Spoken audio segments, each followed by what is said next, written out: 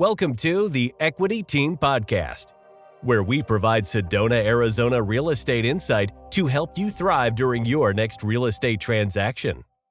Welcome back, investors. I'm Chad McMahon with the Equity Team in the Sedona area of Arizona.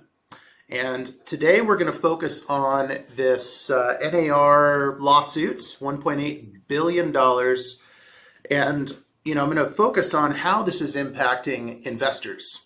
And take it as you will, that does kind of bleed over into how it just affects buyers. Okay, so how is it going to affect buyers? How is it going to affect investors?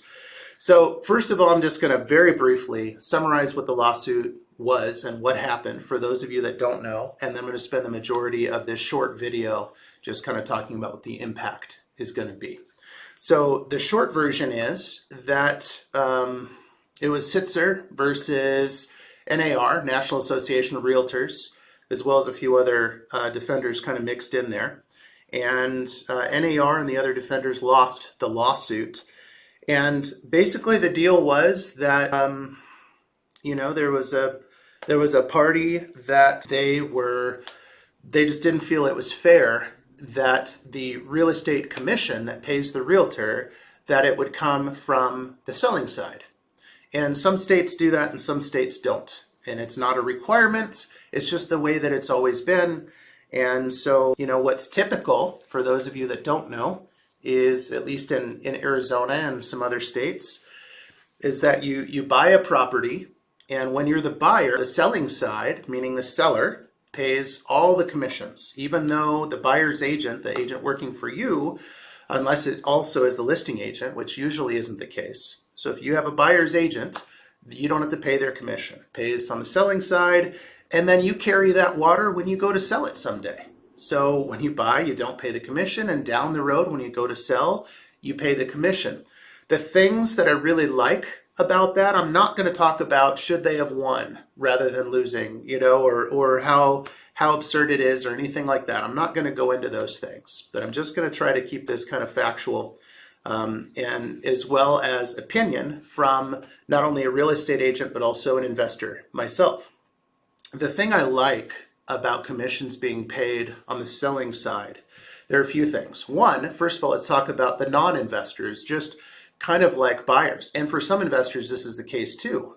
But just for buyers, if it's their first time buying a property and they're finally going to crack that nut and they're finally going to own a home for the first time ever, it's especially hard for them to have enough cash to get it done. And so putting it on the selling side actually makes a lot of sense in most situations, as you're going to be usually in better shape when you go to sell than when you go to buy. So that's the first thing. Now for investors, here's the challenge. First of all, what are the implications of this lawsuit? How are things going to change? So far in Arizona, they haven't. So far in Arizona, things have not changed. I think that they will. I think that we're going to see things change, and the direction that they're likely going to change is we're going to start to see the selling side, the commissions that they're willing to pay. Sometimes we're going to start to see 0, 1%, 2%. There's no such thing as a standard real estate commission. There is a more typical real estate commission. It's usually 3%. Sometimes it is 2%, 2.25%, 2.5%, 2.75%. But 3% is kind of like the normal thing that you see in the industry. As real estate agents, we have to be really careful about calling it standard, because it's not. It's not standard.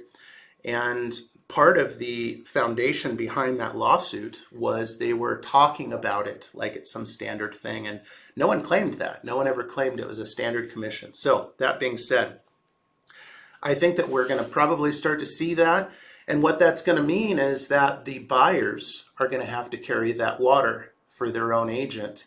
Even if they're working directly with the listing agent, they're not going to escape that. So they're going to, the listing agent's going to say, hey, by the way, sellers didn't budget, money for a buyer's agent. So since I'm going to be representing you and I'm going to have that liability and that extra work and everything else, that I'm going to need you to pay 3% or whatever the agreement is.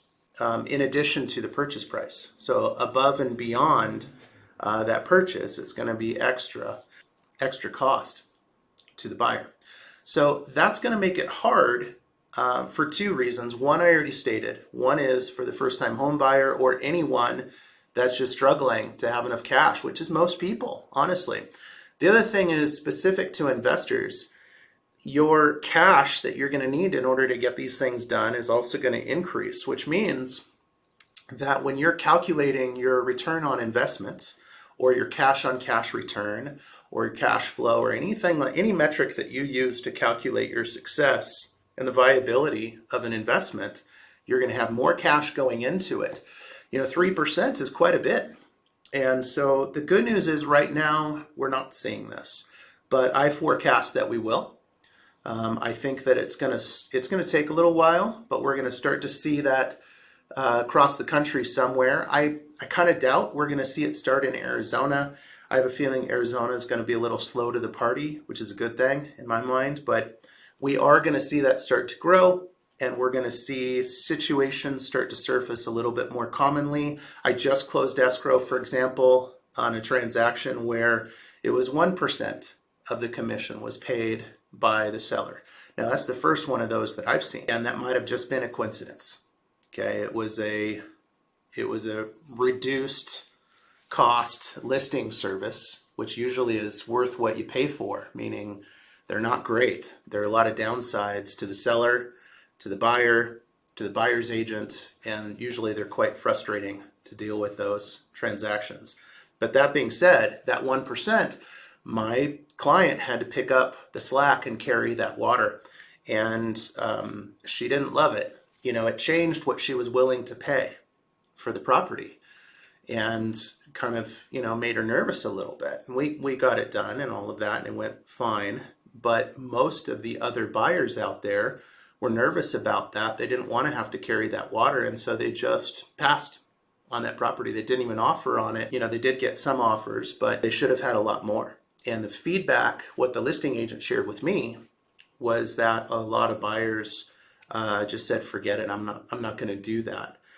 So part of it is they're just not used to the change, and they figure, hey, I'll buy something else where I don't have to carry 2% of the purchase price, where it's just built in. So we're going to see that, okay? So just a heads up on some of the things that are in play with that.